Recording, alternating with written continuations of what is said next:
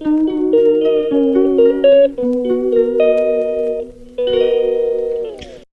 Everyone, welcome back to my new vlog. ಇವತ್ತಿನ ವಿಡಿಯೋದಲ್ಲಿ ನಾವು ಮಣ್ಣು ತೊಗೊಂಡು ಬರೋದಕ್ಕೆ ಹೋಗಿದ್ವಿ. ಅಲ್ಲಿಂದ ವಿಡಿಯೋನ ಸ್ಟಾರ್ಟಪ್ ಮಾಡಿಕೊಂಡೆ.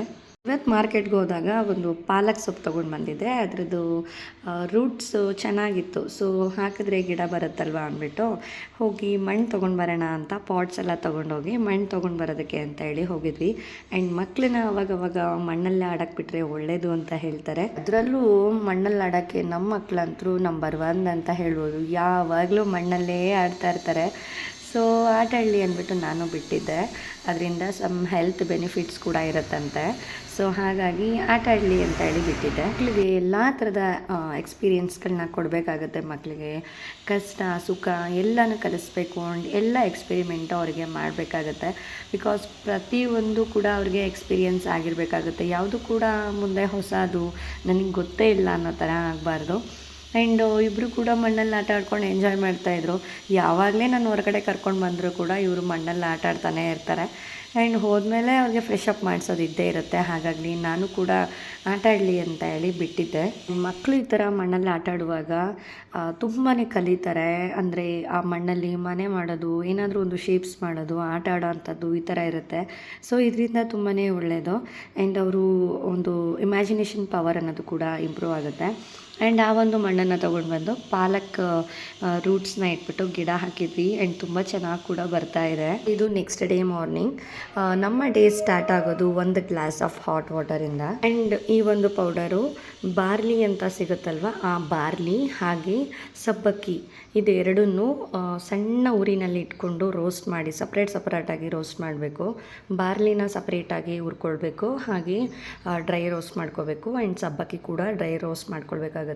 ಅದೆರಡನ್ನೂ ಚೆನ್ನಾಗಿ ಹುರಿದು ಪೌಡರ್ ಮಾಡಿ ಇಟ್ಕೊಂಡು ಅದನ್ನು ಈ ಥರ ಎವ್ರಿ ಡೇ ಮಾರ್ನಿಂಗ್ ವೇಕಪ್ ಆದಾಗ ಬಿಸಿ ನೀರು ಕುದಿಯೋಕ್ಕಿಟ್ಟು ಅದರಲ್ಲಿ 1 ಸ್ಪೂನ್ ಆ್ಯಡ್ ಮಾಡಿ ಅದನ್ನು ಒಂದು ಗಂಜಿ ಥರ ಕುಡಿಯೋದ್ರಿಂದ ತುಂಬಾ ಒಳ್ಳೆಯದು.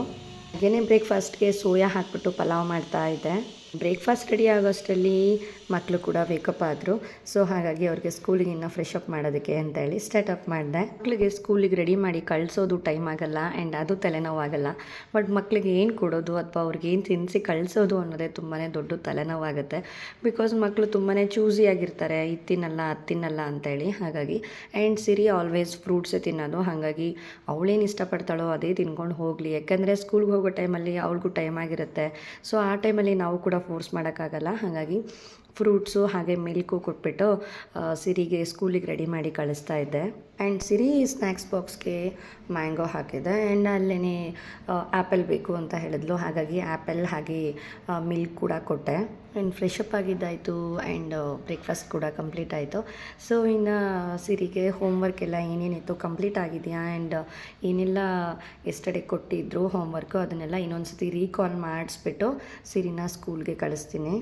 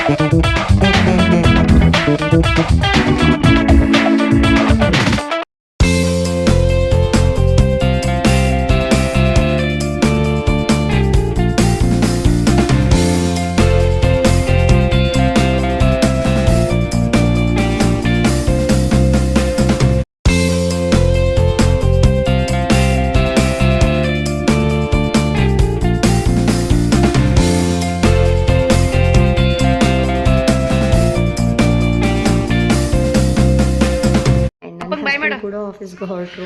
ಅವರು ಆರ್ವಿ ತುಂಬ ಚೆನ್ನಾಗಿ ಅವ್ರನ್ನ ಕಳಿಸ್ಕೊಡ್ತಾಳೆ. ಅಂದರೆ ಬಾಯ್ ಪಪ್ಪ ಅಂತ ಹೇಳಿ ಪೇರೆಂಟ್ಸ್ ಹೊರಗಡೆ ಹೊರಟಾಗ ಮಕ್ಕಳು ಈ ಥರ ಪ್ರೀತಿಯಿಂದ ಒಂದು ಹಗ್ ಮಾಡಿಬಿಟ್ಟು ಅವ್ರನ್ನ ಬಾಯಿ ಅಂತ ಹೇಳಿ ಕಳಿಸಿದಾಗ ಅವ್ರಿಗೂ ಕೂಡ ತುಂಬಾ ಖುಷಿ ಇರುತ್ತೆ ಆ್ಯಂಡ್ ಆ ಡೇ ಕೂಡ ತುಂಬಾ ಚೆನ್ನಾಗಿರುತ್ತೆ.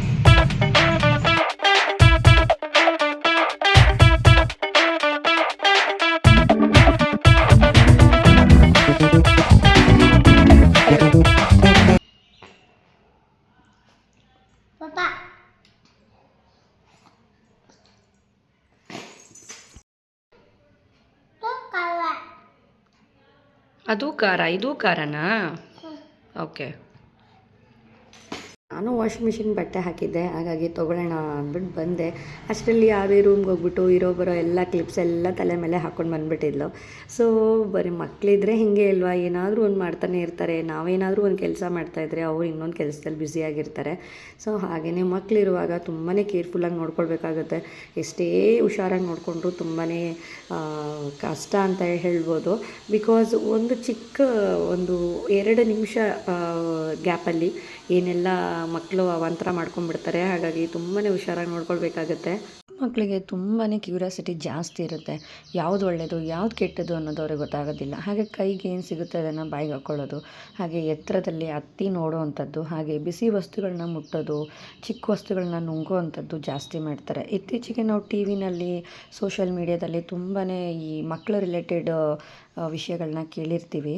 ಜಸ್ಟ್ ಫ್ರ್ಯಾಕ್ಷನ್ ಆಫ್ ಸೆಕೆಂಡಲ್ಲಿ ನಡೆದಂಥ ವಿಷಯದಿಂದ ಇಡೀ ಫ್ಯಾಮಿಲಿ ಕಣ್ಣೀರು ಹಾಕೋವಂಥ ಪರಿಸ್ಥಿತಿ ಆಗಿದೆ.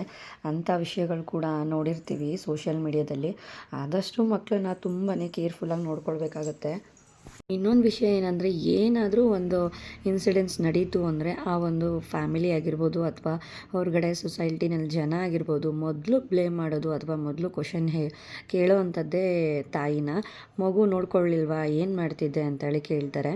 ನಿಜ ಹೇಳಬೇಕು ಅಂದರೆ ತಾಯಂದಿರು ದಿನ ಪೂರ ಎಷ್ಟೆಲ್ಲ ಕೆಲಸಗಳನ್ನ ಮಾಡ್ತಾ ಇರ್ತಾರೆ, ಮಕ್ಕಳನ್ನೂ ನೋಡ್ಕೊಳ್ತಾರೆ. ಅದು ಅಷ್ಟು ಈಸಿಯಾದಂಥ ಕೆಲಸ ಇಲ್ಲ. ಆದರೆ ಪ್ರತಿಯೊಬ್ಬರು ಫ್ಯಾಮಿಲಿನಲ್ಲಿ ಎಲ್ಲರೂ ಕೂಡ ಮಕ್ಕಳ ಬಗ್ಗೆ ಜವಾಬ್ದಾರಿನ ತಗೊಂಡು ಎಲ್ಲರೂ ಕೂಡ ಶೇರಿಂಗ್ ಮಾಡಿಕೊಂಡು ವರ್ಕನ್ನಾಗಿರ್ಬೋದು ಅಥವಾ ಮಕ್ಕಳನ್ನು ನೋಡ್ಕೊಳ್ಳೋದಾಗಿರ್ಬೋದು, ಎಲ್ಲರೂ ಕೂಡ ಅಪ್ಪ ಅಮ್ಮ ಅಜ್ಜಿ ತಾತ ಈ ಥರ ಮನೆಯಲ್ಲಿ ಇರೋರು ಪ್ರತಿಯೊಬ್ಬರು ಕೂಡ ಮಕ್ಕಳ ಬಗ್ಗೆ ಗಮನ ಕೊಟ್ಟರೆ ಈ ಥರ ಯಾವುದೇ ಒಂದು ಇನ್ಸಿಡೆಂಟ್ಸ್ಗಳು ನಡೆಯೋದಿಲ್ಲ. ಆದಷ್ಟು ಮಕ್ಕಳು ಕೂಡ ಸೇಫಾಗಿರ್ತಾರೆ. ಎಲ್ಲ ವರ್ಕು ಮುಗೀತು. ಹಾಗಾಗಿ ಒಂದು ಸ್ವಲ್ಪ ಔಟ್ಸೈಡ್ ಬಂದಿದ್ವಿ. ಬೇಕ್ರಿನಲ್ಲಿ ಸ್ವಲ್ಪ ಸ್ನ್ಯಾಕ್ಸ್ ತೊಗೊಂಡೋಗ್ಬೇಕಾಗಿತ್ತು.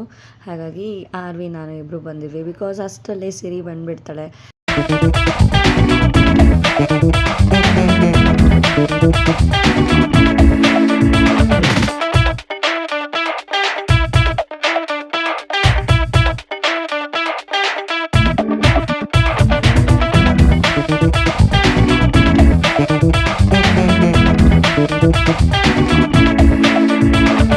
ಇವತ್ತು ಮಕ್ಕಳಿಗೆ ರೈಸ್ ದಾಲ್ ಕಿಚಡಿ ಮಾಡ್ತಾಯಿದ್ದೆ.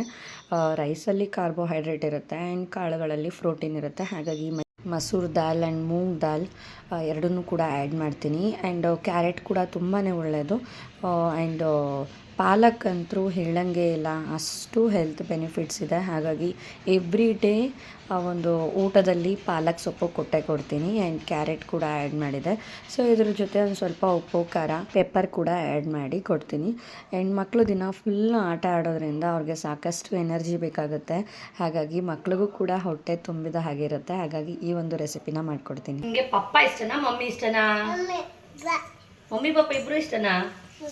ಏನಿದು ಯಾವಾಗಿನ ಏನು ಕೋಪ ಮಾಡ್ಕೊಂಡಿದ್ಯಾ? ನಕ್ಕೊಂಡು ಕೋಪ ಮಾಡ್ಕೊಳೋದಾ? ಸಿರಿಯಕ್ಕ ಇಷ್ಟನಾ ಮಮ್ಮಿ ಇಷ್ಟನಾ? ಸಿರಿಯಕ್ಕ ಇಷ್ಟನಾ? ನಾನು ಇಷ್ಟ ಇಲ್ಲ. ಬಾಯ್. ಆರ್ವಿ ಇಷ್ಟ ಇಲ್ಲ ಅಂದೆ, ನಾನು ಕೋಪ ಮಾಡ್ಕೊಂಡಿದ್ದೀನಿ.